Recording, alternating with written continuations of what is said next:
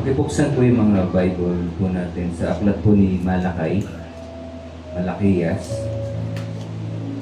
Babasahin po natin sa chapter 1, verses 2 and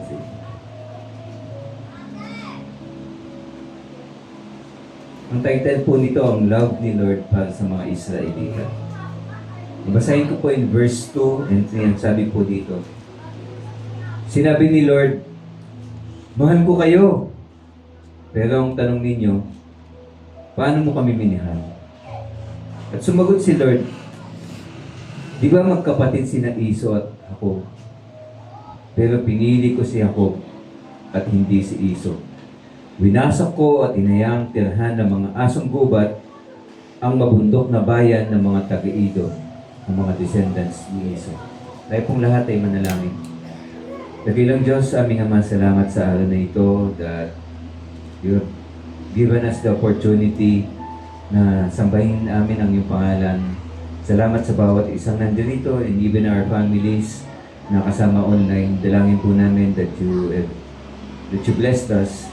Ihanda mo po ang aming mga puso at isipan so that we can know love better than our understanding right now. Dalangin po namin na mas makilala ka namin. And kung ano man po yung mga bagay that hinders us to truly accept yung mga salita mo, Panginoon, cleanse us sa mga walls nito and allow your seed to grow in our hearts. Salamat po, Panginoon, sa lahat ng gagawin mo sa aming kalagitnaan. Yung mangyari, itago mo kami sa inyong likuran. Ikaw ang mangusap sa bawat isa at patuloy, Panginoon, na maghari sa aming kalagitnaan. Nagpapasalamat kami sa mga oras na ito, Panginoon, sa katagumpayan ng iyong mga gagawin sa bawat isa. Hindi nagpapasalamat kami, binabalik ang lahat ng papuri sa pangalan po ng aming Panginoong Jesus. Amen and amen. Pwede na po tayo mo po. Sino po sa inyo nagse-celebrate ng Valentine's?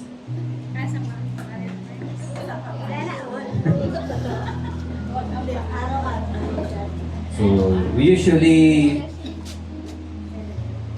that time sineselebrate ko eh. So, the real reason naman kung bakit tayo nagsiselebrate is we want to commemorate a specific event or i-dedicate ang isang araw to commemorate. Ibig sabihin, alalahanin.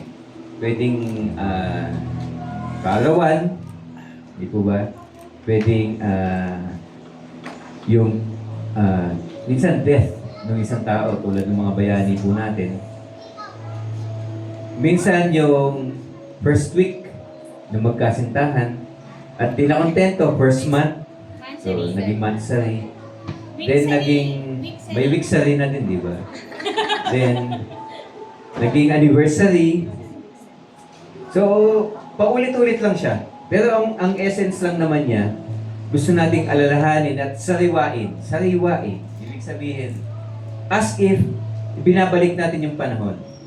Kasi may mga pagkakataon sa buhay na kung anong nangyaring masaya sa isang araw, the following day or the following weeks, the following months, hindi siya ganun. And minsan ginagawa din natin yung mga celebrations for us to not forget kung bakit tayo pumasok, for example, sa isang relasyon. And ginagamit din natin yun to strengthen kung ano man po yung relasyon po na yun. And sa pag-aaralan po natin sa araw na ito, is a story about the Israelites. Doon sa aklat po ni Malakiyas, si Malakay po ay isang propeta. So, he's a prophet during the times na kung saan yung mga Israelita po ay nakabalik na sila. Galing po sila sa exile. Sabihin,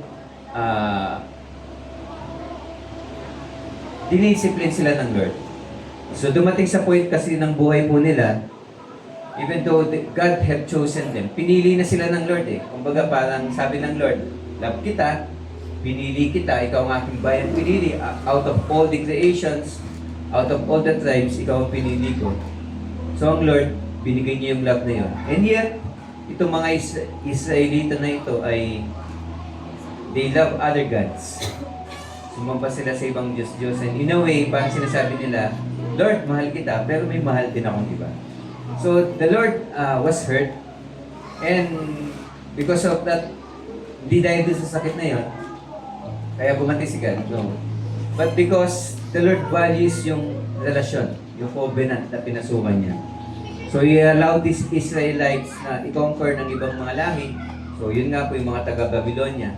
So tinanggal sila sa kanilang sariling lugar. And long story short, dumating din naman yung time, based din sa pangako ng Lord, ibabalik sila sa kanilang sariling bayan. So yung story na to, ibinalik na sila. However, nasa sarili na silang bayan, they feel na hindi pa rin sila mahal ng Panginoon. Kasi naghihirap sila, yung foreign nation nandun pa rin sa lugar po nila. Hindi sila makapenetrate sa merkado, yung mga nagtitinda doon ay mga foreigner pa din. So kumbaga parang nandun ka na sa sarili mong bayan, yes, nakabalik ka na, and yet, hindi mo maramdaman na parang, ito na ba yun? Ito na ba yung ipinangako mo? Ito na ba yung sinabi mong pagmamahal na ibabalik mo kami sa dating bayan namin at ikaw ang aming sasabihin bilang Diyos? And yet, parang napakahirap. So itong storya po na to ay hango po dun sa ganung sitwasyon, sa ganung konteksto. Kaya pag binasa po natin itong Malakay, chapter 1, verse 2 to 3, sabi ng mga Israelita, based sa conversation nila sa Diyos, through the prophet Malakay, sabi ng Diyos sa kanila, palagi ko kayong minamahal. I have always loved you. Mabigat po yun. Pag sinabi po, I have loved you, posible, ngayon hindi ka na mahal. Okay? Pero pag sinabi mong, I have always loved you, mula noong nakipagtipan ako sa iyo, hanggang ngayon, at magpakailanman,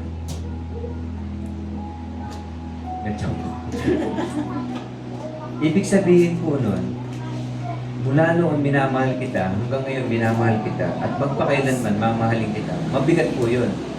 And sino po sa atin ang kayang sabihin yon na may diin na minamahal natin ang Panginoon? Because in this story, dumanas po sila ng pagsubok at na-test po yung love po na yun. Si God kaya niyang sabihin diretso sa mga Israelita, nung nakipagtipan ako sa inyo, minahal ko na kayo. Yun po yung ibig sabihin na, I have always loved you, says the Lord. But you retort. Pero, nakatwiran ka, ang sabi mo, talaga? Paano mo kami minahal? Ayan. Paano mo kami minahal, Lord? At nag-reply ang Lord. Ewan ko kung via chat or something. No, by the prophet Malakay, ang sabi niya, ganito ko kayo minahal. Hindi ba mahal ko yung ninuno niyong si Jacob, pero nireject ko yung ninunong si Iso o si Isaw. At ang ginawa ko, sinira ko yung kanyang bayan, yung bayan ni Iso. At every time na nire-rebuild niya yun, sinisira ko palagi.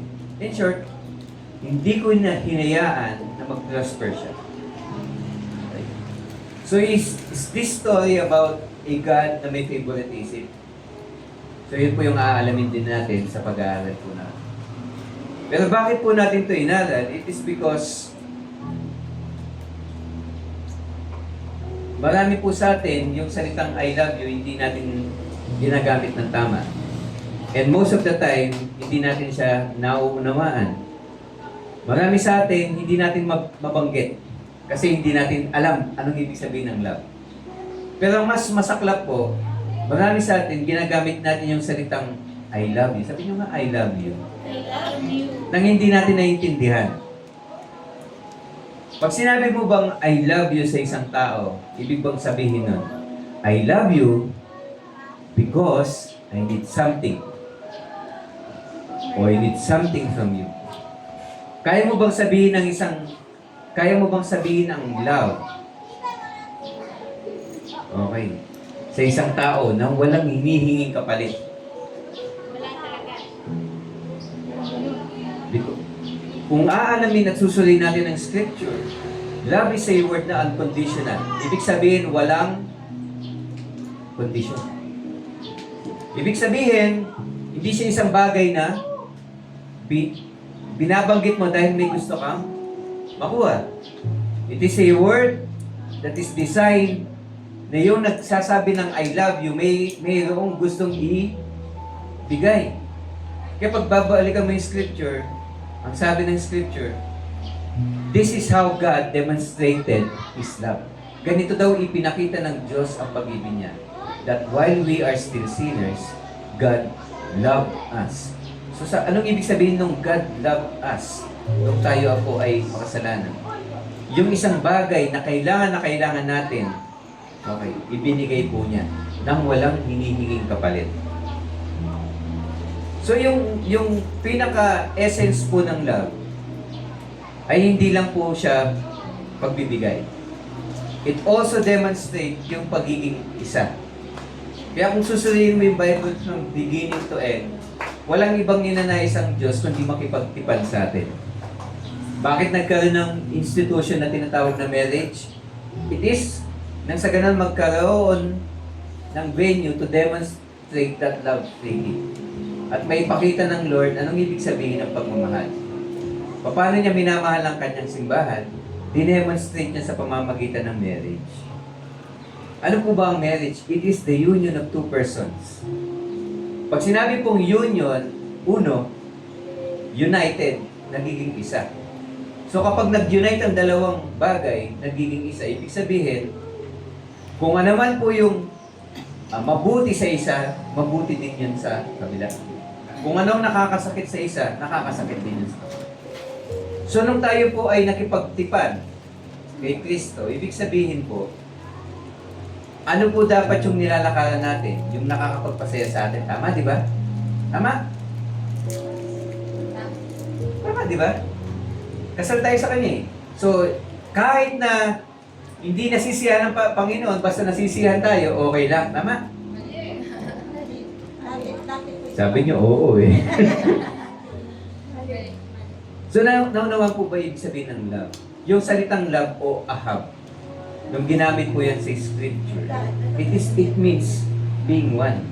Kaya na sinabi ng Lord, for God so loved the world, nung minalapat ng Diyos na yung kanyang sarili ay magipag-isa sa mundo. Hindi niya sinabing, magiging makasalanan na rin ako, gagawa na rin ako ng kasalanan. No.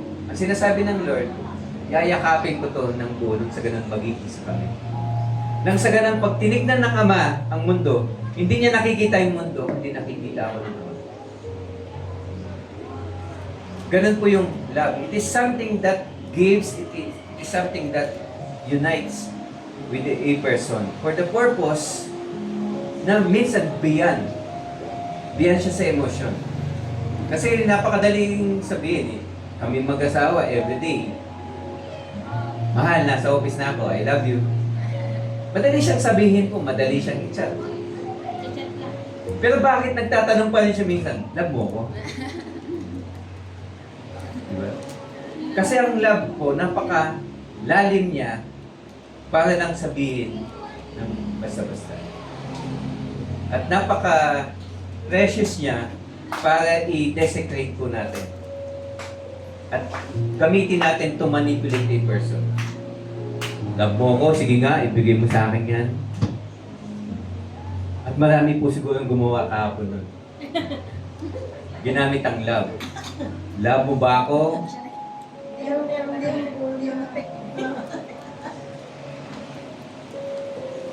Mahirap po talaga. Pero, ang scripture, tinuturuan tayo magmahal kasi nga, walang ibang pagkukunan ng tamang message ng love, kundi ang scripture.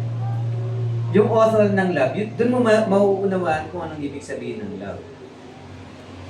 Kasi pag kinuha mo yung meaning mo sa dictionary, baka ibalik ka sa konteksto ng desire, ng feeling. Paano pag nawala na yung feelings? Pangit na. Hindi mo alam. 26 yung Bablanko ka.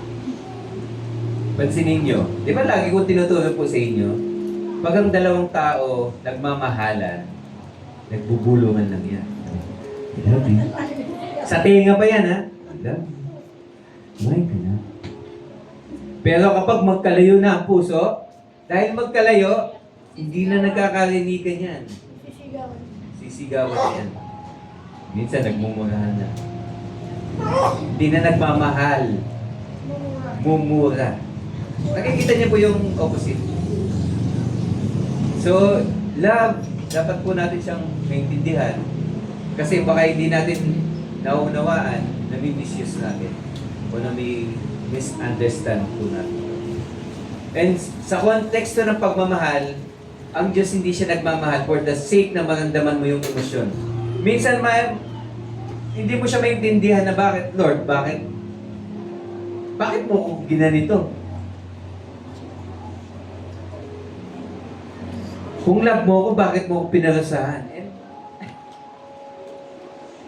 kung titingin po tayo sa ating sarili at gano'n ang konteksto ng love natin na dapat napupulfill lahat ng positive things sa buhay po natin, nami-misuse o nami-misunderstand natin o mi-misunderstood natin yung salitang love. Kaya pag sasabihin natin, uy, araw ng mga puso, magmahalan tayo, yun pa lang, nami-misunderstood na natin anong ibig sabihin ng pagmamahal. Kasi nilikha tayo ng Diyos sa imahe niya at sinabi niya, wala akong ibang utos sa inyo kundi mahalin niyo ako at mahalin ng kapwa niyo gaya ng pagmamahal sa sarili. If we are beings created to love, tayo ba talaga ay nagmamahal? Tanungin mo nga yung kapwa mo. Nagmamahal ka ba talaga? Kaya mo bang sabihin kay God, I love you, or I have always loved you? O kaya mo bang sabihin sa asawa mo, o sa magulang mo, mahal ko po kayo. Pengi pong pambili lang. Nakikita niyo po, ang love wala siyang hininging kapalit. At ang love napaka-pure po niya. Siguro, tama ba? 1 Corinthians 13. Dinescribe ni Pablo what is love. Love is patient. Love is kind. Love is kind. And love does not keep record of wrongs. Di ba? Pag nag-aaway kayo, kakalungkatin na yung baul. Di ba? Ginawa mo to sa akin dati. Natatandaan ba? Kahit matagal na. Ang love naman, pagmamahal ng isang tao, hindi naman siya nagiging martir. Eh.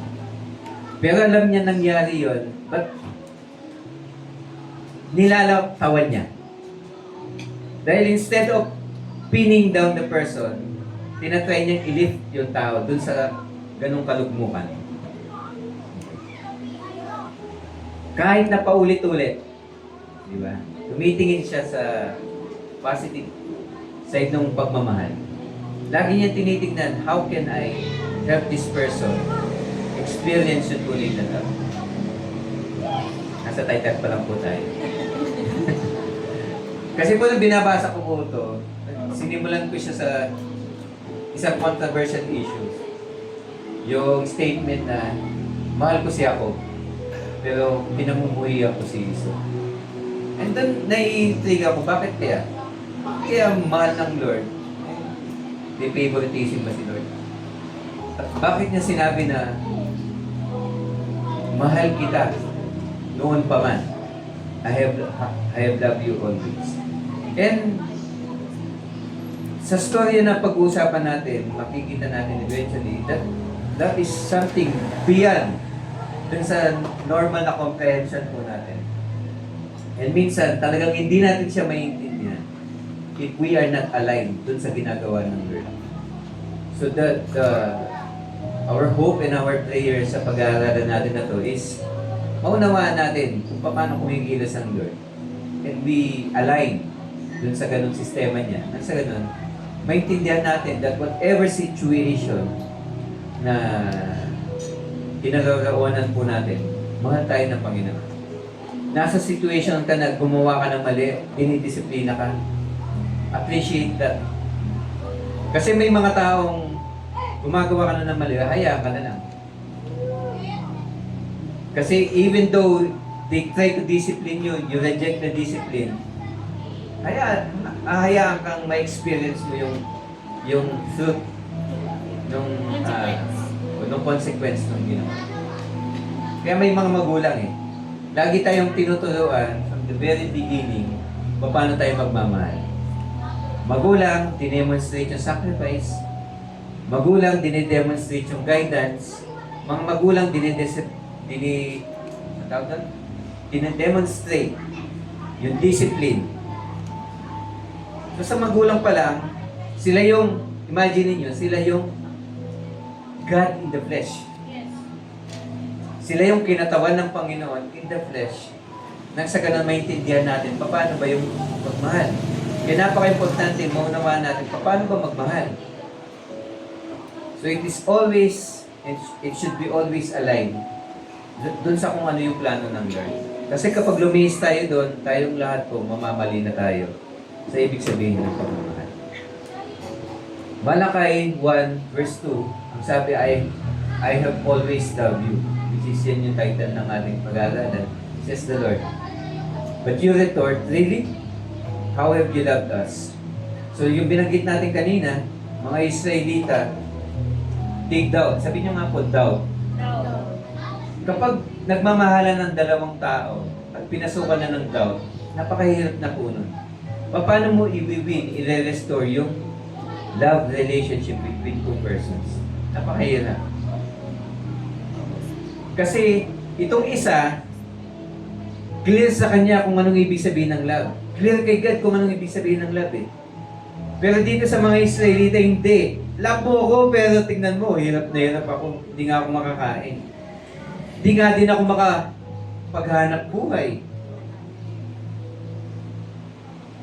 Tapos sasabihin mo, love mo ako? Sabi mo, babalik mo ako sa sarili kong bayan.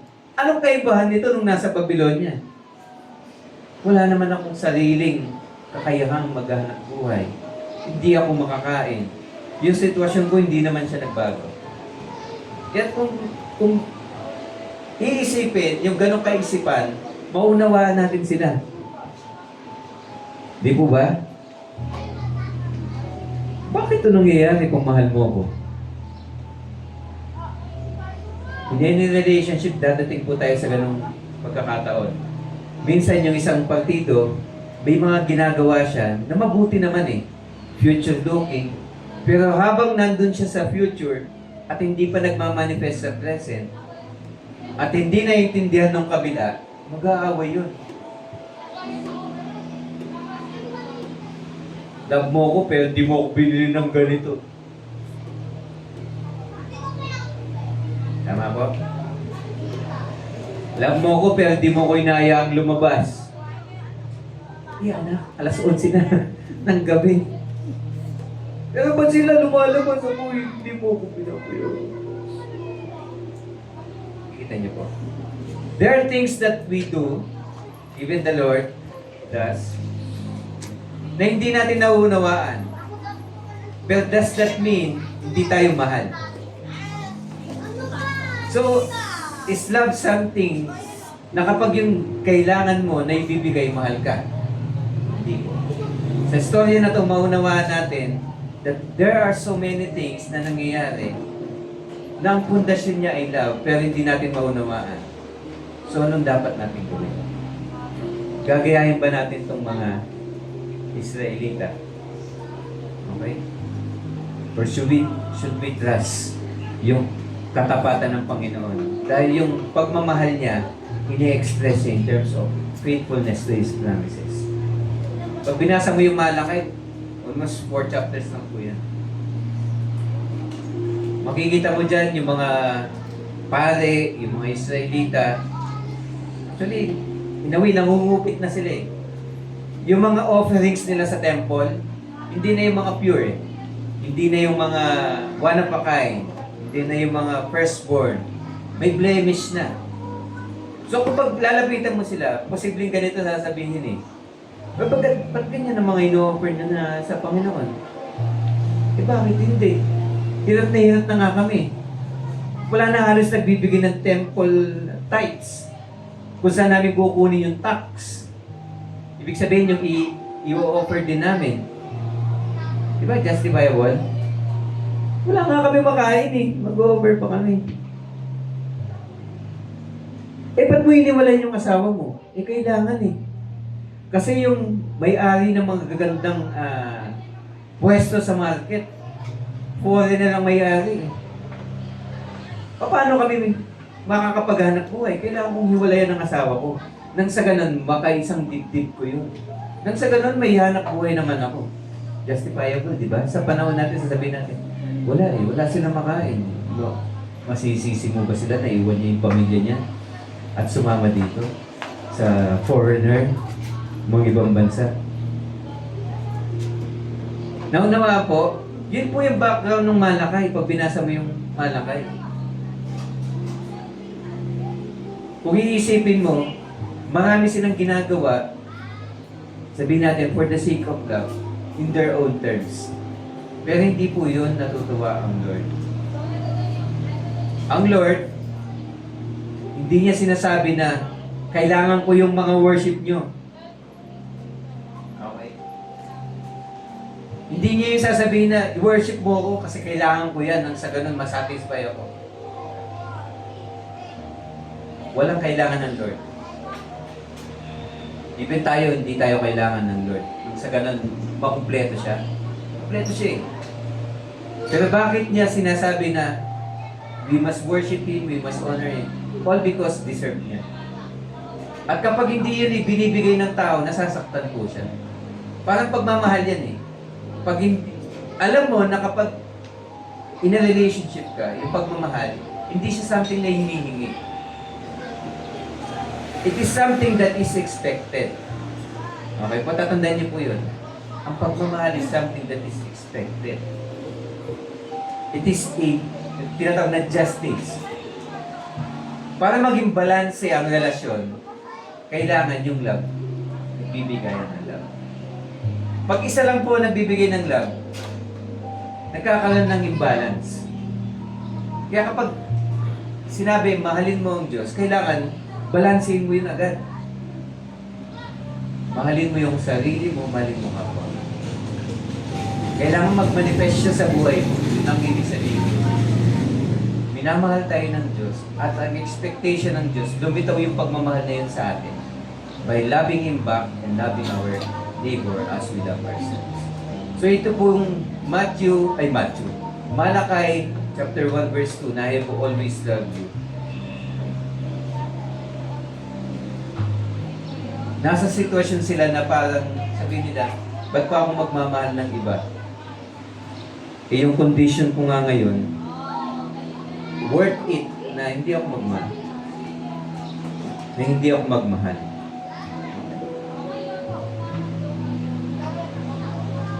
Really, how have you loved us? Ang tanong mga Israelita. This is how I showed my love for you, sabi po ng Panginoon. I love your ancestor Jacob, but I rejected his brother Esau and devastated his hill country. I turned Esau's inheritance into a desert full of jackals. So balikan lang po natin yung story. Si Isaac po ay anak ni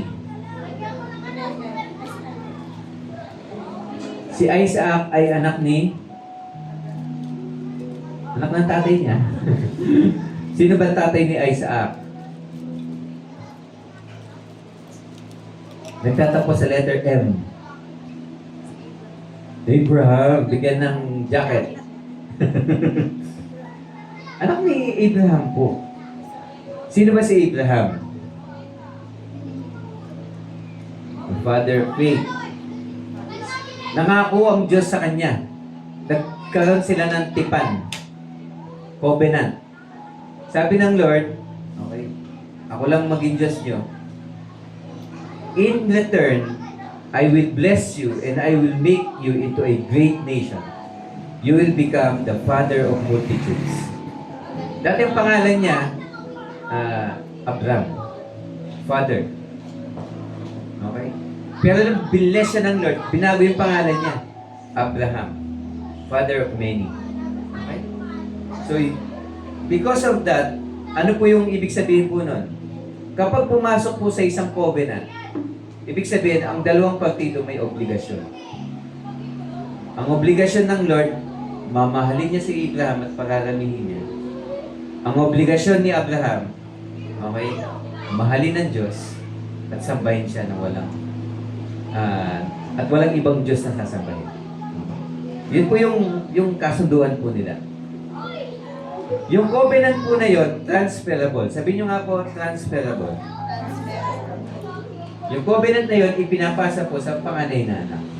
By their culture, kung ikaw po ay isang tatay, yung lahat ng inheritance, ari-arian, pangako ng Diyos, mga alagang hayop, mga slaves, ipapasa mo yon dun sa panganay. Yun yung culture. Pero dito po, makikita natin sa story na to, hindi ganun na nangyari. So from Abraham, naipasa niya yung covenant kay Isaac. At si Isaac ngayon, nung siya po ay 40 years old, ang sabi ng scripture, Genesis 25, mababasa niyo po yan. Nung 40 years old na daw po sila, okay, at pangasawa niya po itong si Rebecca. Okay? However, itong si Rebecca, hindi din po magkaanak.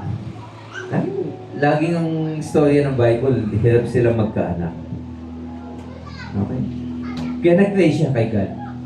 At habang nagpe-pray siya kay God, binless sila. Okay? Ng isang kambal.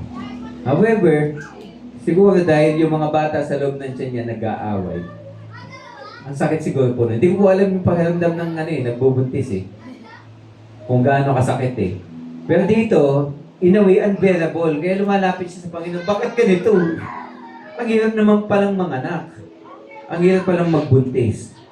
Okay? Sinagot siya ng Lord. Mahirap yan kasi ang dalawang nasa loob ng sinapupunan mo ay dalawang bansa. Wow. Dalawang bansa? Bakit? Tingnan niyo po kung paano mangusap ang Lord. Kung tayo po, tinignan po natin yan sa, ano po ba yung ginagamit na aparato? Ultrasound. Ano makikita natin sa loob? Dalawang babies. Kung twins. Tama po? Twins sila eh. Pero paano nangungusap si Lord? Ang nakikita ko sa loob mo ay dalawang Bansa.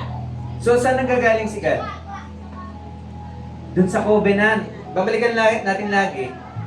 Nakipag-isang dibdib siya kay Abraham. Kinasal siya in a way. Bilang tanda ng pagmamahal ko, pararamihin kita, gagawin kitang father of many nations. Kaya nung tinignan niya yung laman, nung sinapupunan, ano sabi niya? There are two nations. So, nangungusap siya in terms of covenant. Si God. Pero tayo, pag tinignan natin, dalawang bata lang naman yan. Tatandaan nyo yan, every seed, sa loob nun may forest. Naral natin yan sa mga youth. Pero kung natatandaan nyo pa. Pag tinignan mo ang isang bata, kapag limited ang kaisipan mo, pasaway naman ang batang to. Ba't mo pagtsatsagaan itong batang to? Pero hindi tayo ganun tumingin. Bakit? Sabi ng scripture, we should have visions. Covenantal. Ibig sabihin, tignan natin beyond sa nakikita ng physical. Sa tingin niyo po ba, alagaan natin itong mga bata kung makukulit?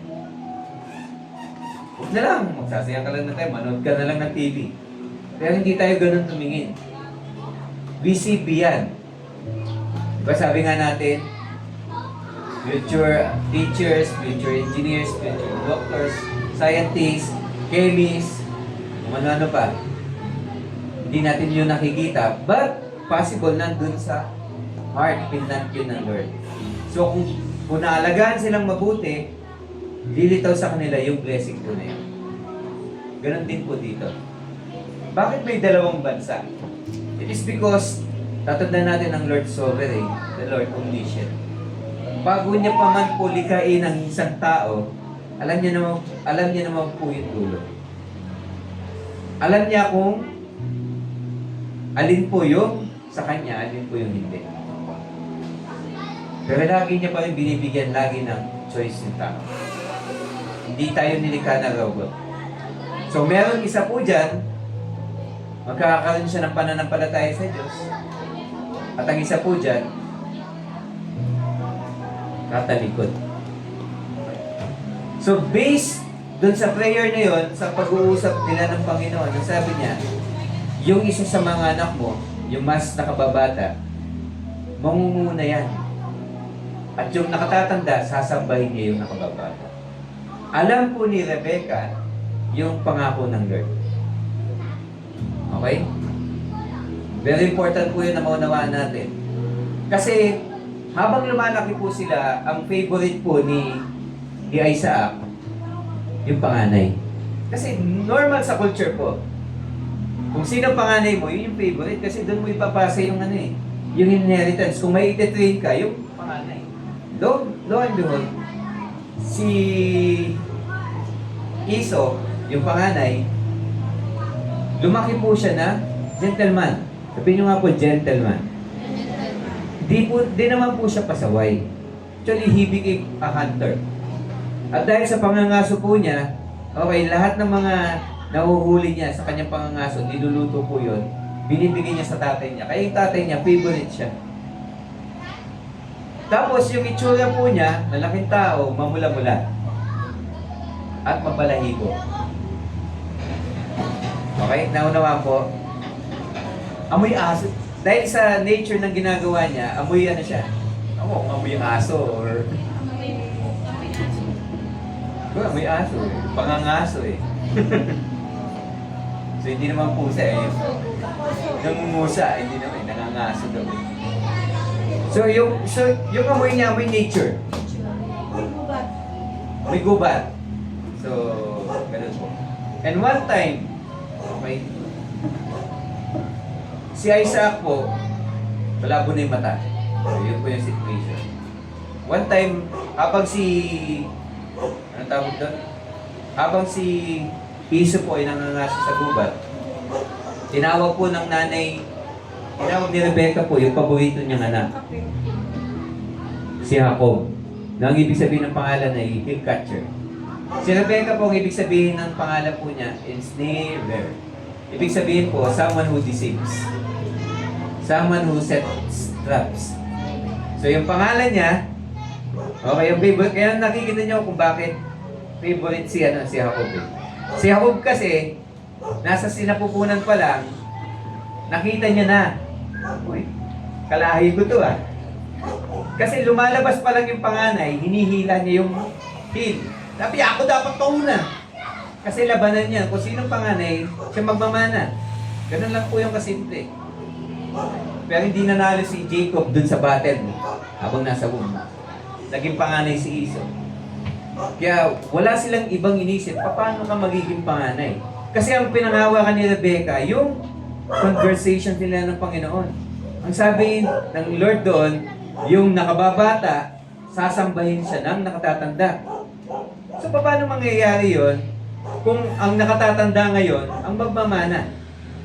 So, dapat makaisip sila ng paraan para manakaw po yung pagkapanganay. At dito na po papasok yung tawag ng laman. Alam nila na pag uuwi po si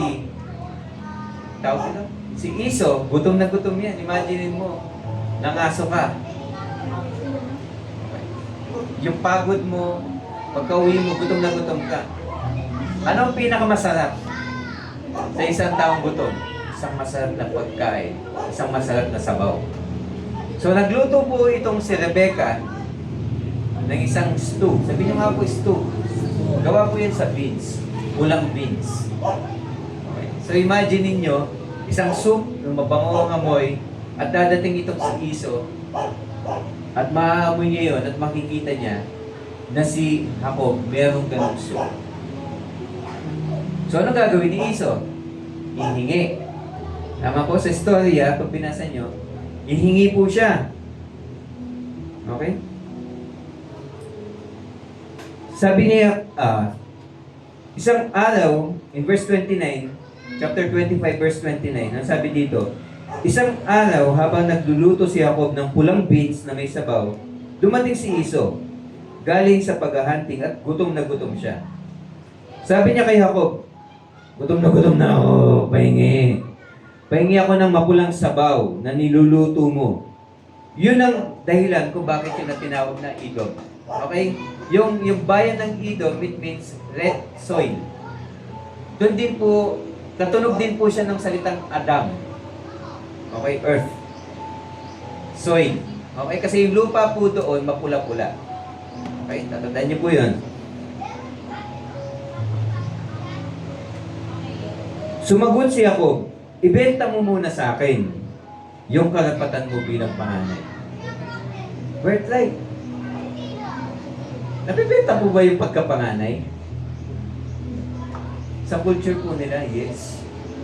If you swear, pag nangako ka sa harapan ng Diyos, na binibenta mo yung pagkapanganay mo, ganun nga po yung ginawa po ni Iso. Sabi ni Iso, sa'yo na, aanhin ko naman ang pagiging panganay kung mamamatay na ako sa gutom.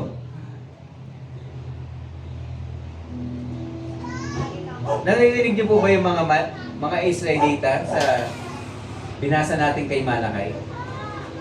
Sabi mo, mahal mo kami. Gutom na gutom kami.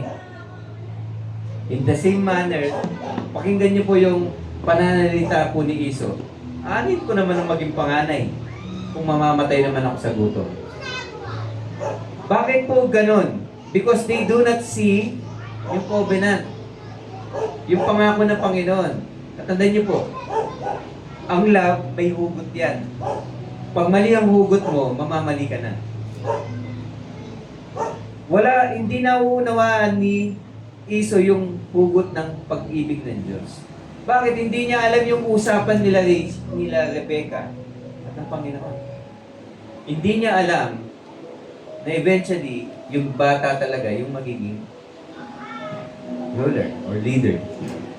Kaya madali sa kanya na isatisfy yung laman. Okay? Earthly needs. Sabi ni Jacob, sumumpa ka muna, at sumumpa nga si Iso at binenta niya kay Jacob ang karapatan niya bilang panganay. Tapos binigyan siya ni Jacob ng tinapay at niluto nitong sabaw. Kumain siya at uminom, tapos umalis na agad. Ganun lang, ganito siya sinulat ng scripture. Ganun lang, binaliwala ni Iso yung karapatan niya bilang panganay. Is it just yung pagiging panganay ang binaliwala niya? Hindi. Tatandaan niyo po, God made a covenant with Abraham. Yung covenant na ipasa kay Isaac, at from Isaac, hindi na ipasa kay Iso. Tatandaan niyo po yun. Yun yung lapse. Ano ang binaliwala ni Iso?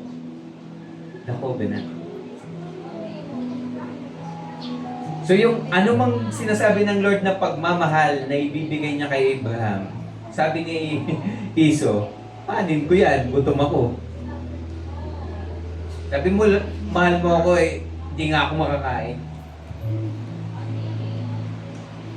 So kumapit siya dun sa makapagbibigay ng pagkain. Okay. So sa istorya po na pinag-aralan po natin, napaka-importante that you will understand yung tinatawag na covenantal blessing. Kasi yun po yung pinapasa from generation to generation. Pag sinabi pong covenantal blessing, covenant, tipan, hindi po yung kontrata. Sa kontrata po kasi, gumagawa ng kontrata ang dalawang party dahil takot sila. Sabi nyo nga po, takot sila. Even sa simple, sa pagpapaupa. Pag walang kontrata, napakahirap magabol. Tama po?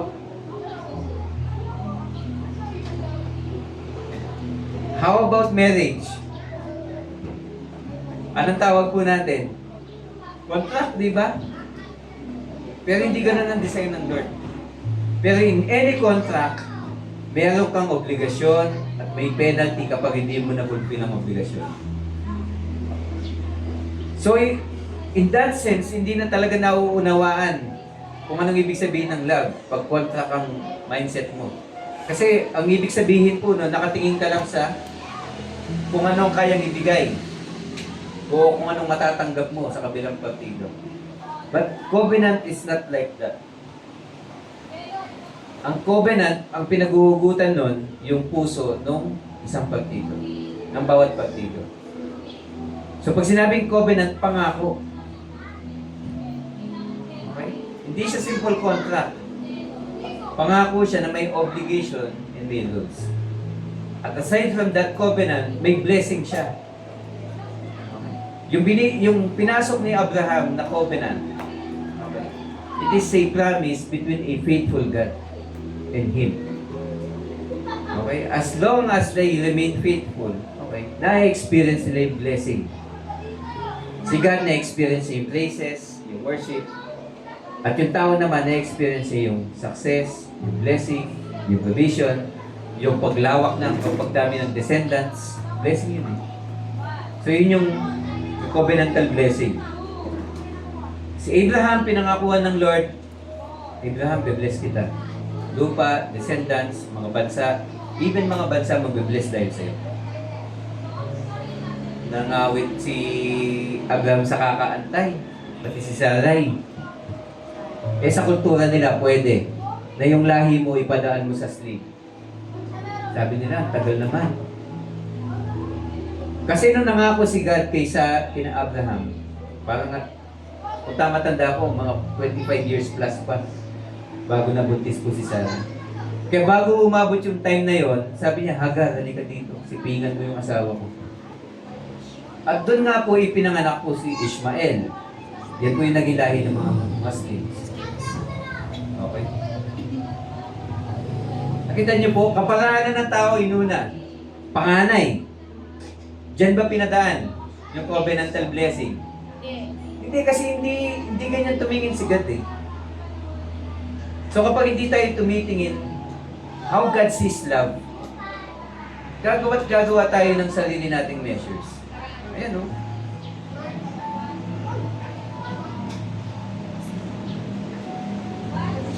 But in the proper time, pinanganak mo si Isaac. Relapse. Okay? At in-inherit po niya yung covenantal blessing from Abraham. From Isaac, eto na naman po tayo. Hindi na naman napunta sa panganay. Dahil yung panganay walang faith. Yes, Esau is a gentleman, matulungin siya sa pamilya. Kasi pag babasahin mo yung Bible, sabi si Esau, isang mangangaso, nangangaso siya, tumutuloy siya sa pamilya. Si Jacob, nasa bahay lang lagi. Gandang description, no? Sir, kung ako sasabihin ko, tamad naman itong taong to. Sana man lang sinabi ng scripture na isa siyang shepherd. Pero sabi, lagi siyang nasa bahay. Favorite siya ng nanay eh. Baka pawisan tong anak ko. Favorite. Okay. Pero bakit, despite nung meron lang siyang intindihan. Kasi kung totoo iisipin mo, si Esau, ginagawa niya yung tingin niyang tama. Si Jacob, ang nanay niya, gumawa sila ng mga deception, ng mga pagsisinungaling. Pinagbihis niya si Jacob ng goat skin, nang sa ganun pag lumapit siya kay Isaac, iisipin ni Isaac na ang nasa harapan niya ay si Esau, kasi si Esau mabalahibo, amoy aso. Okay, habang bine-bless siya, okay. Long story short, siya yung na-bless instead of Esau. Kung iisipin mo, no, bakit i-bless ng Lord ang isang sinungaling, isang deceiver? So kung ganun po tayo mag-iisip, sasabihin natin, hindi niya deserve. Tama? Niloko lang siya eh. At babalikan natin. How God sees a covenant. How God sees love. Per se. Minsan hindi natin siya maunawaan. Ibig bang sabihin ng Lord may favoritism? Ibig bang sabihin, okay lang kay God na sinner ka? Okay lang kay God na ipagpatuloy mo yung ginagawa mo mali? hindi po. Tatandaan niyo po, God loves the sinner, but He hates sin. Kasi kung hindi niya mahal po yung nagkakasala, why give His own Son?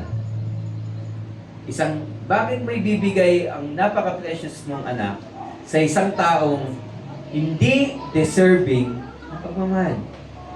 So kapag ang pangunawa natin sa love ay hindi natin siya makita how God sees us o how God sees a covenant, malilimit po tayo. Okay? Tinignan niya si Jacob. Dahil si Jacob, nanlinlang man sila, nagsinungaling man, not to justify yung ginawa nilang mali. Pero nakikita nila, nanangan sila, nagkaroon sila ng faith doon sa pinakita ng Lord na yung bunso ang mangunguna sa kanyang kapatid. So yung faith ang pinangawakan nila. Tatandaan niyo po yun. Yung faith nila kay God, yun yung pinangawakan. Not to justify yung ginawa nilang mga kamalian. Pero ang Lord, sa halip na padaanin kay Iso, yung linya ng blessing at yung magiging linya ng Panginoon, pinadaan ko kay Jacob. Ito niyo po yun? Sa isang pirasong tinapay at isang sabihin nating mangkok ng sabaw, napakalaki pong sacrifice nun at napaka-costly po nun para ipagpalit ko dun sa pagmamahal ng Lord. Ibig pong sabihin, hindi na minahal ng Lord si Iso, minahal pa din niya.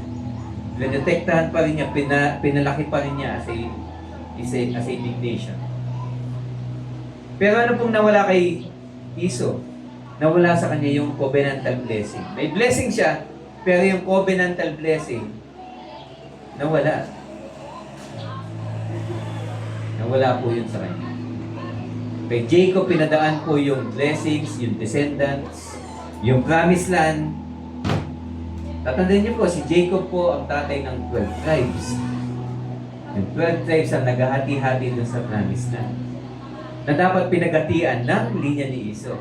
Pero dahil sa isang tinapay at simpleng sabaw, nakikita niyo po, gaano natin i-value yung love ng Lord? Sa isang simpleng sarap ng physical po natin, kaya nating i-reject ang Lord. If we cannot see yung blessing behind the covenant, napakadali pong iwaksi po yung pagmamahal ng Lord. Babalikan din natin sa daily choices natin. Napakadaling iwaksi ang word ng Lord kung hindi mo nakikita yung covenant behind. Yung principle na tinuturo dito, ang Lord nangako siya sa kung kanino man siya nakipagtipan. Ang Lord nagiging tapat siya ever since.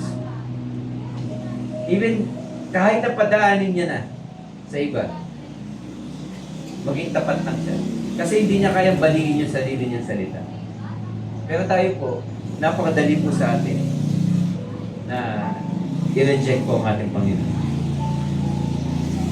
Covenantal blessing, it is directed towards God's greater plan to bless the world. Tatandaan niyo po, yung covenant na yon, beneficiary po tayo. Okay? Even until now, yung covenant na yun, yung pangako na yun kay Abraham, to our time. Even though during that time, ang mindset that time is, saan padadaanin yung Mesiyas? Yun po yung covenant na yun. Okay?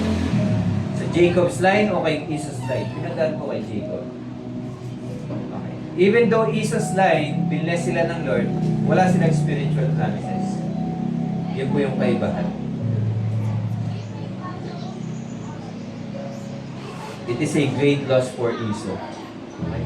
So yung context ng Jacob, I have loved you, Esau, I have hated, speaks about God's love demonstrated by His faithfulness sa kanyang covenantal promise kay Abraham.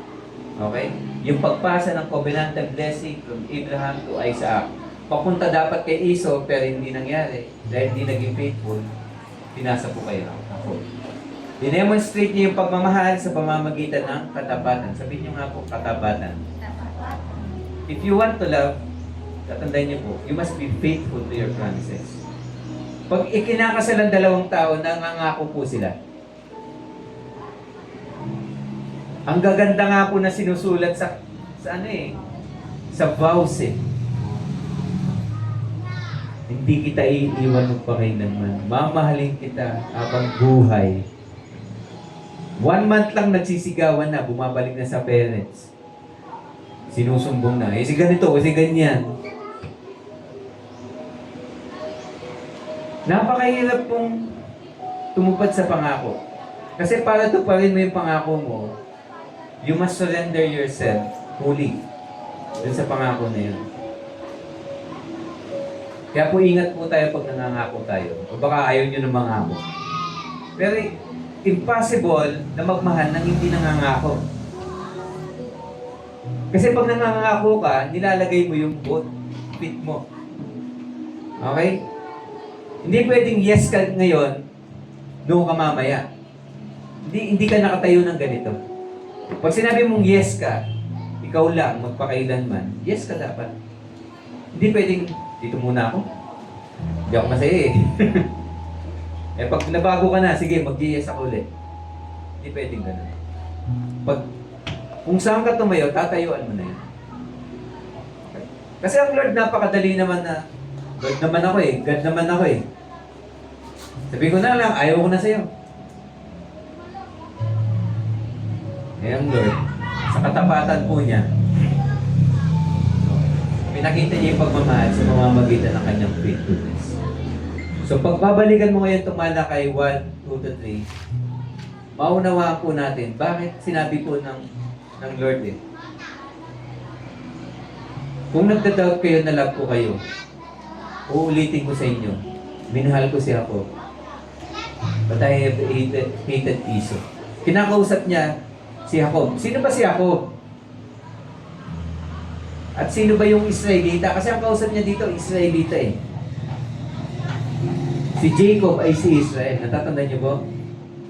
Nakipagbuno si Jacob sa anghel ng Panginoon.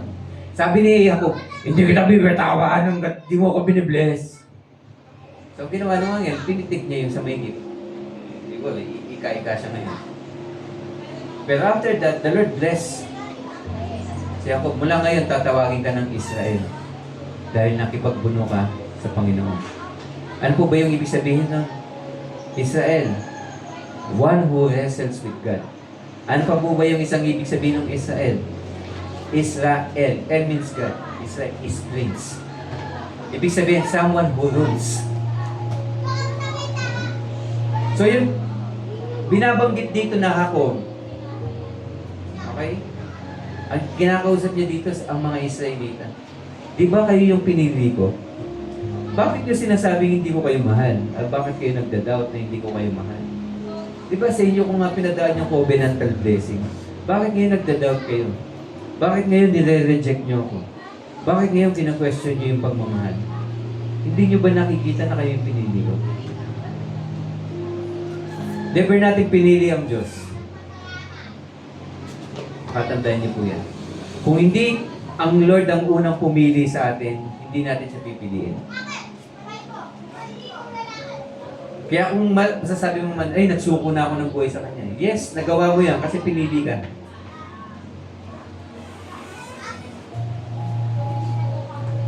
From the very beginning, okay, inelect ka ng Panginoon. You're God's elect, hindi pinili ka na niya.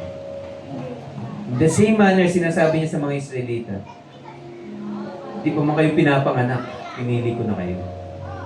Okay? Going back to the story, Jacob, I have loved you. Ina-assure lang ng Lord yung pagmamahal niya sa pamamagitan ng sinabi niyang covenant. At yung love na yun, dinemonstrate niya in terms of faithfulness and choice. Tinatay up niya lagi yung love, not in emotions, but on His promises. Kasi, yung emotion po kasi shaky. Pag okay lahat na nangyayari sa buhay ninyo, madaling magmahal. Pero kapag taghirap na, kapag may problema na, kapag hindi na okay yung nangyayari, ang hirap sabihin na, kung hirap i-demonstrate yung love. Kaya sabi ng Lord, eto, masusukat mo to kasi para maintindihan mo mahal kita, eto yung pangako ko sa'yo. So, dinedemonstrate niya ngayon yung love niya in terms of fulfilling His promises. Kaya yun tayo, pag nakipag-isang dibdib ka at nangako ka, paano mo sasabihin mahal mo yung tao, tuparin mo yung pangako mo. Hindi pwede yung pag okay lang kayo, doon mo lang tutuparin. Whether pangako yan sa anak, pangako sa asawa, pangako sa kaibigan, kailangan pong tuparin. Not by emotions. Okay? Ano ba yung covenant na pinasok niyo? Okay. Ano ba yung pangako na pinanghawakan niyo sa isa't isa? Yun yung tuparin ninyo. Kahit na mahirap. Iso ayubated, hindi po yun emosyonal. It is a comparative. Tulad nung sinabi ng Panginoon, kung mahal niyo ako ng higit sa inyong mga magulang, hindi kayo karapat-dapat na maging disipulo ko. Ang ibig sabihin ng hate ko dito, it is to love less or to prepare less. Okay? Sinasabi lang ng Lord, pinili ko siya ako as compared kay Iso. It doesn't mean na hindi ko sila mahal. O hindi ko mahal si Iso. Mahal ko si Iso. Okay? It says that hindi niya ako mahal eh. At alam ko hindi niya ako mamahalin. So, patadaanin ko yung covenant kay Jacob. Okay? Ibig lang sabihin po nun, not chosen for God's plan of redemption. Yung grand plan ng Lord ng pag-ibig sa sanlibutan, hindi niya mapapadaan kay Iso dahil alam niya hindi niya mapapadaan niya kay Jacob. Kay Jacob. Hindi mo siya condemnation na wala ka ng kahihinatnan sa buhay. Okay? Mahal niya po itong dalawang magkapatid because they represents yung pangako niya sa sanlibutan. Pero yung blessing, padadaanin kay ako. So ano po yung lesson? Mabilis na. Sabi niyo nga po, materialism is costly. Anything that is worldly, okay, mahirap po siya panghawakan. At mahirap po itong gamitin na pamalit dun sa covenant ng Panginoon. Nakita po natin yan sa istorya ni Iso. Minsan hindi lang po pagkain, hindi lang po simpleng pagkain. Marami tayong earthly valuables, earthly things na sinasabing mas important ito. Even relationship. Minsan mas pahalaga natin yung relationship natin sa tao kaysa sa Diyos. At makikita natin mauubos tayo. Bakit? Kasi wala tayong yung tinatawag na fountain of love. Yung talagang source ng love, hindi natin siya na-experience. Kaya makikita mo parang yung tangke mo o yung love tank mo, nauubos siya. Kahit gaano yung kapuno, kapag ikaw na lang lagi nagmamahal, mararamdaman mo balang araw, nauubos ako. Ibinigay kong lahat. Bakit? Kasi nga po, mali ang intindi mo ng love. Napunta ka dun sa materialism. Tulad ni Iso, naging mabuti akong anak. So, bakit ganun? Aanin ko yung pagkapanganay. Gutom naman ako. Bumalik siya sa laman. Tawag ng laman. And it cost him everything. Sa akin personal understanding ko po, napakalaki nang nawala sa kanya. To lose that very precious covenant na nasa iyo na pinakawalan mo pa. Okay? It cost him everything. Pero si Jacob, nakita niya yung behind it. Ang pangako ng Diyos ako mauna. So, he grabbed that opportunity. Tulad ng pangalan niya. and he'll catcher. Okay?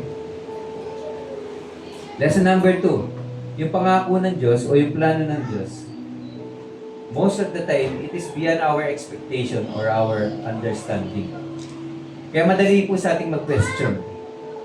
Pag hindi natin naunawanan ang isang bagay, ang dali nating i-question yung ginagawa ng Diyos o ng partner po natin sa buhay.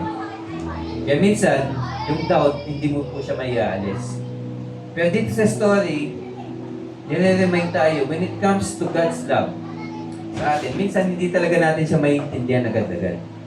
So So, ang hinihingi ng Diyos sa atin, relax ka lang. Mag-trust ka pa din sa akin. Okay? Kasi, at the end of the day, ang ginagawa ng Lord, nagiging tapat siya dun sa pangako. As a demonstration of His love. In the same manner, ang sabi natin kay God, wala akong ibang sasambahin, at wala akong ibang mamahalin na Diyos kundi ikaw. Yun yung part natin. Hindi natin part na questionin ng Lord, bakit ganito, bakit ganyan? Bakit inalaw mo to, bakit inalaw mo yan? Bakit ganito ang sitwasyon ko? Hindi natin yun sakop ng responsibilidad natin. Ang responsibilidad natin, Lord, mamahalin kita kahit mahirap. Even when it hurts, sabi nga nung kanta, I will love you with all of my heart. I will trust you and I will be faithful to you. Ganun din po tayo sa ating mga magulang, sa ating mga asawa. Maging tapat po tayo sa Kanya. Because sometimes we just don't understand. Okay? Kaya hayaan po natin na yung time ay unti-unti ilipin po yun sa atin ng ating Panginoon. Number 3, yung pagpili ng Diyos may kinalaman po dun sa salvation na ginagawa niya at fulfillment ng blessing. God's love and hate pertains to His redemptive plan. Ibig sabihin yung pagsasalba, redemption. Okay, buyback. Okay, something that was lost, bibili ng Lord pabalik sa Kanya. Yung mga anak niya na lumaya sa Kanya, umalis sa Kanyang piling, kukunin niyo ulit. Yung love and hate relationship na yon, o yung love and hate demonstration na yon, na pinag-aralan natin sa Malakay, it speaks about redemption. Not about favoritism. Not about someone na, ito kasi worker to, kaya mas mahal ng Lord. Hindi po ganun. Pag nagmamahal ng Diyos, ang binabalikan po niya yung pangako niya. Yung salita niya. Hindi yung, ito, mas mahal ko to kasi, totoo naman po yung favor, yung blessings, humahabol dun sa mga sumusunod sa Panginoon. Totoo po yun kasi scriptural. Pero tatandaan po natin, when it comes to love, ang Lord, ang pinagbabasihan niya, ano ba yung pinangako ko sa inyo? It is covenantal. It is not based on human morality kung ikaw ba ay masama o hindi. Kasi si Jacob, alam natin mali yung mga pinaggagawa nila. Those things are morally wrong. Pero, hindi yun ang pinag-uusapan dito eh. Pag sinabing pagmamahal, hindi naman po ibig sabihin na, sige, dahil mahal kita, kahit mali ginagawa mo, ito-tolerate ko. Even sa church, wala po tayong tinotolerate na sin. Even though, kahit kaano tayo po magbigay ng counsel, magbigay ng guidance, pag hindi pa din sinunod, syempre masakit. Pero, unti-unti, masasuffer yung consequences. Sa tingin niyo po ba si Jacob, walang consequences yung ginawa niya? Na nang-deceive sila? Sa paghahanap pa lang ng asawa. Okay? Yung kapatid ni Rebecca, si Laban. Yung anak ni Laban, si Leah at si Rachel. Yun yung dalawang mapapangasawa ni Jacob. Ang mahal niya si Rachel, pero nilin lang siya ng tiyo niya. Napangasawa niyang una, si Leah. Pero ang mahal niya si Rachel. Nakita niyo po, yung deception, yung maling ginagawa mo, mga anak yan. Kasi yun yung tinanim mo eh. Totoo, mapagmahal ang Diyos, mapagmahal ang church. Pero pag may sin kang ginagawa, may consequence yun. Okay? If you do not heed sa discipline, sa guidance, may consequence yun. Okay? But it doesn't mean na kapag may consequence, may discipline, wala ng love. Kaya nga may ganun, kasi may love. Okay? So dito sa pinag-uusapan dito, hindi tinolerate ng Lord yung ginawa ni Jacob. Pero ang tinitignan ng Lord, yung pangako niya. God hates sin, but the sinner, He loves you. I-restore niya back. Okay? And pinakita din dito yung sovereignty ng Lord sa pagpili. Kaya pag sinabi ng Lord, mahal ka niya, okay, pangawakan mo yun. Kasi maraming tao na pinipilit natin na mahalin nila ang Diyos. Pero hindi lahat talaga magmamahal sa Diyos. Kaya pag ikaw na-experience mo yung love ng Lord at pagpili niya sa'yo, pakaingatan mo yun. Covenant yun eh. Kalakip ng covenant na yun, lahat ng pangako niya sa'yo. Covenantal blessing. Doon nag-work ang Lord eh. Ano ba yung pinangako ko sa'yo? Doon siya mag-work. It is not based on human works. Yan din po yung pagbasahin niyo yan, kahit di niyo basahin yung Malakay, basahin niyo yung Romans 9. Mababasa niyo ulit doon si Jacob at si Esau. Kasi tinuturo doon, ang Lord, siya namimili eh. Pag sinabi niya mamahalin ka niya, pinili ka niya. It is something na dapat pahalagahan po natin. Kaya yung love, hindi siya something na hindi lang siya yung word na sasabihin mo dahil gusto mong sabihin sa isang tao para dahil at the back of it, may gusto kang pabor na kunin to that person. No? May covenant yan. Pag sinabi mong love, anong kaya mong itaya? Hindi yung, ano yung makukuha mo? Anong kaya mong itaya when you say, I love you? Ang Lord, nung sinabi yung I love you, tinaya niya lahat. Para sa atin. Even anak niya, tinaya niya. Tatandaan niyo po yun. Ano pa ba yung hindi kayang ibigay ng Lord kung naibigay niya na yung best niya? Yun lang po pakaisipin po natin. Kaya kung tayo nabubuhay tayo everyday, ano ba yung hindi mo kayang ibigay kay God? Is it worth it yung bagay na yun na ipagpalit doon sa ibinigay niya sa atin? Hindi naman yata patas yun. Number 4, and this is the last slide. Given na alam natin na gano'ng ka-precious ang love, anong gagawin natin ngayon? May part po tayo. Eh, teacher, di naman ako Israelita. Di naman ako siguro yung tinutukoy ng Malakay. Pag babasahin mo yung Bible, it is the same. Minahal tayo ng Panginoon, nakipag-isa siya sa atin, at naiisin ng Panginoon, mahalin din natin siya. Kaya nung sinama rin siya yung commandment, mahalin mo ang Diyos ng buong puso, ng buong isip, ng buong kaluluwa, ng buong lakas.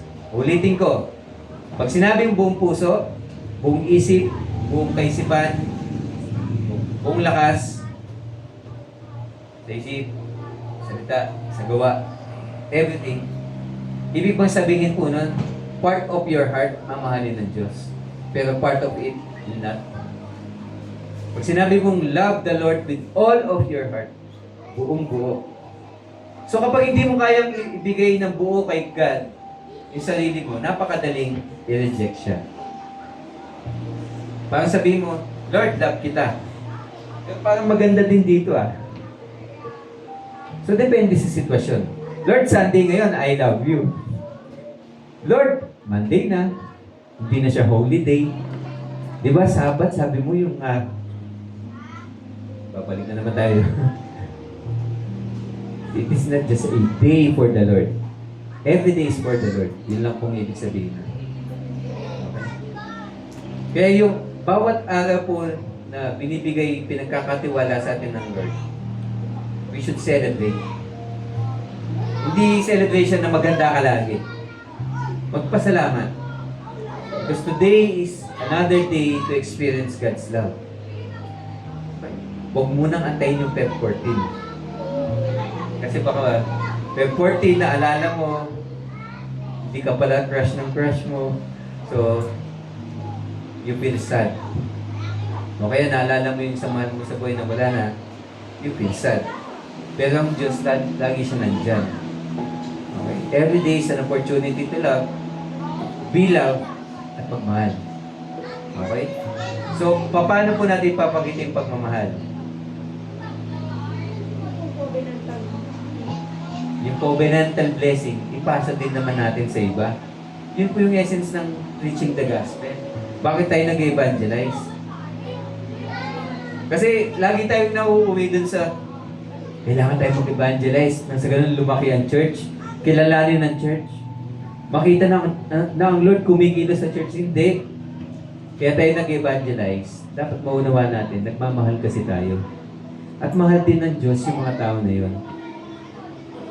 i-reject na ako. Hinalo natin last week. Totoo, may mga reject kasi hindi lahat. Okay. Mamahalin ng Diyos. At hindi lahat, okay,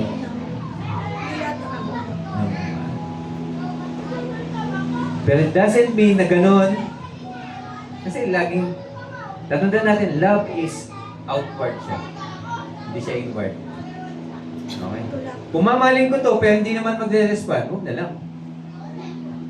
O hindi love yun. Conditional eh.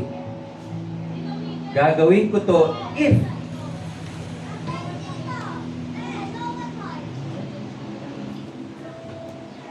tatandaan niyo po, tumanggap ka na eh. Kaya ka magmamahal kasi may tinanggap ka na. So kung hindi mo ibibigay yon, walang magiging baalan sa buhay mo. Minahal ka na ng Lord eh. Appreciate mo yung love na yon at ibigay mo sa iba. Magkakaroon ka ng balance sa buhay. Sinaktan ako nitong taong to. Mahalin mo pa rin. Minahal ka na ng Lord eh. Meron ka ng love na pwedeng ibalik din dun sa nanakit sa'yo. Kasi all scriptures paulit-ulit lang eh. Minamahal ng Diyos ang tao, sinasaktan naman ng tao ang Diyos. Ang puso ang Diyos ah. Figuratively speaking. So, lesson 4, makalimutan nyo man yung story, huwag nyo kakalimutan tong lesson 4. May part tayo sa pagmamahal. Okay. Sana, Feb 14, it's just a day na hayaan nyo na yun sa mga di pa nauunawaan ko ng pag-ibig. Pero every day should be Valentine's Day. Yun lang naman ang message eh. Every opportunity na binibigay sa atin ng Lord to share that covenantal blessing sa iba, bigay po natin. Di naman kailangan na, alam mo ba, in Romans 3:23, sabi for the wages, tama ba? Ay, ang tawag doon, all have sinned and have fallen short of the glory of God. Pero may Romans 6:23, for the wages of sin is death, but the gift of God is eternal life in Christ Jesus. That if you confess Jesus is Lord and believe in your heart, God will receive from the dead. Pwede kasi ganun ang mindset natin in preaching the gospel. Lagi nyo nang babalikan. Paano ka ba minahal ng Lord? Simula ka kung anong meron ka. Minsan kasi nahanap natin kung simulan mo lang. Minahal ako ng Diyos, humihinga ako ngayon. Yung kaisipan ko dati, hindi na siya katulad nung... Yung kaisipan ko ngayon ay hindi na katulad ng kaisipan ko dati dahil sa salita niya. Yung worry ko, worried heart ko noon, hindi na ganun ka-worried ngayon, it's still a blessing. Nakita ko na dahil sa pagmamahal ng Diyos, unti-unti ako nababago. And I pray the same na mangyari sa iyo. Hindi man agad-agad, pero maintindihan mo lang na may Diyos na ever since from the very beginning, inaantay ka na. At hindi siya nagsasabang magmahal sa iyo. Okay? Hindi siya na kahit ano ba yung ginawa mo o kahit ano ba yung ginagawa mo ngayon, lagi siya nandiyan nag-aantay para tulungan ka. Preaching the gospel.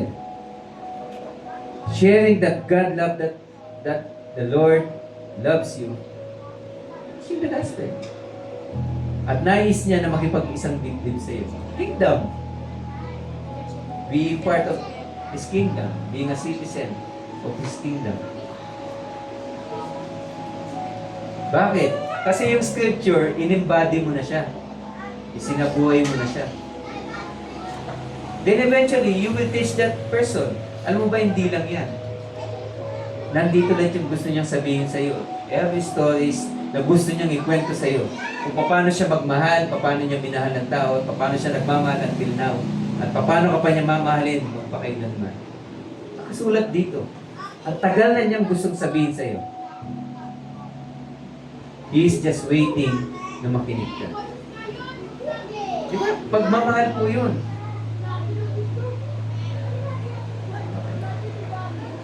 Mahirap po ba mag-share ng gospel? Hindi. Nakakatakot lang sa umpisa. Kasi, lagi ka nakatingin, baka kung anong isipin sa akin. O baka sabihin ng iba, yan na naman yung mga mongoloy. Tama?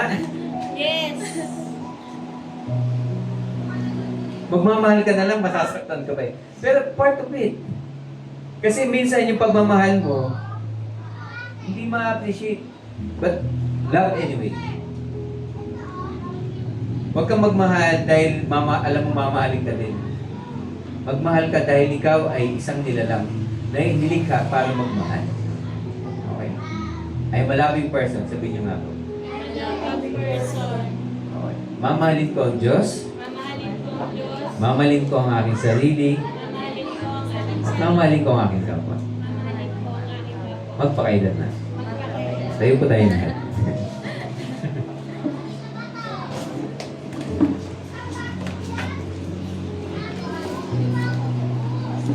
Sabi ng Diyos po sa bawat isa, I have loved you always. Okay po.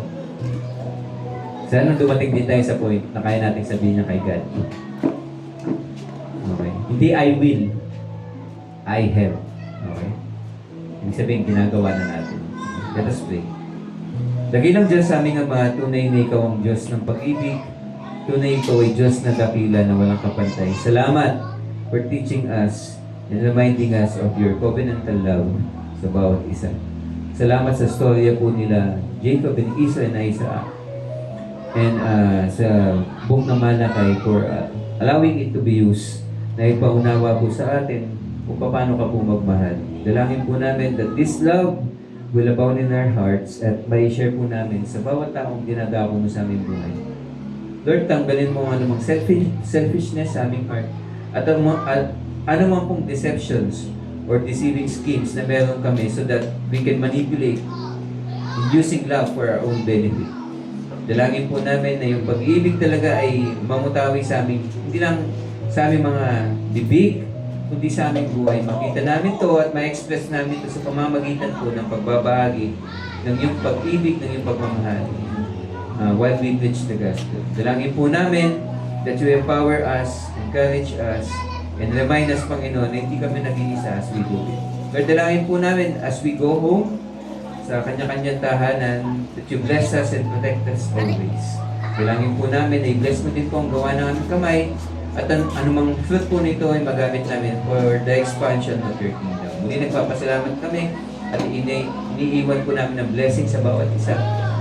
Pagpalain mo po sila, Panginoon. Sa pangalan po ng aming Panginoong Jesus, this we pray. Amen and amen. God bless po.